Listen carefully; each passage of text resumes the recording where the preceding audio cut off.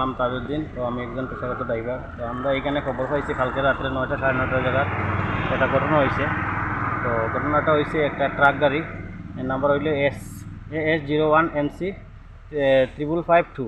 তো এই ড্রাইভারে যখন চেক করিয়া ট্রাইবাড়ির চেকপোস্টের সামনে আর কি চেক করিয়া যখন ডালাটা যখন লাগাইতে আসলে তখন ওই পিছন থেকে একটা ট্রাক গাড়ি আইয়া এই ধাক্কা মারার পরে এখানে তাইনে ঘটনাস্থলে মৃত্যুবরণ হয়েছে।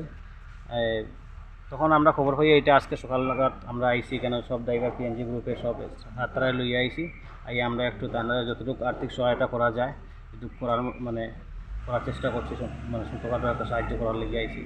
আর একটা জিনিস আমরা প্রশাসনের মাধ্যমে তুলিয়ে ধরতে চাই যে আপনারা এমন একটা সিস্টেম করবেন যাতে এইরকম ঘটনাটা দ্বিতীয়বার না হয়। কারণ ড্রাইভার তো এই যখন চেকপোস্ট আপনারা যখন এটা সরকারের তরফ থেকে যখন করা হয়েছে, নিশ্চয়ই এর কোনো সিস্টেম থাকা উচিত যাতে পিছন থেকে কোনো গাড়ি এখানে না ধাক্কা মারিয়ে এইরকম প্রাণ না হয়।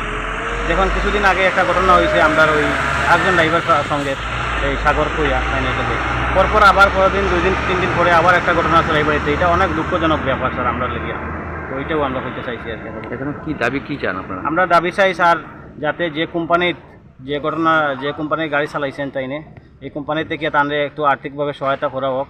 আর ইন্স্যুরেন্স কোম্পানির থেকে তাদের সম্পূর্ণভাবে যেটা ফাইনের পাওয়ার এটা পাওয়া হোক, এটা আমরা দাবি থাকবো স্যার।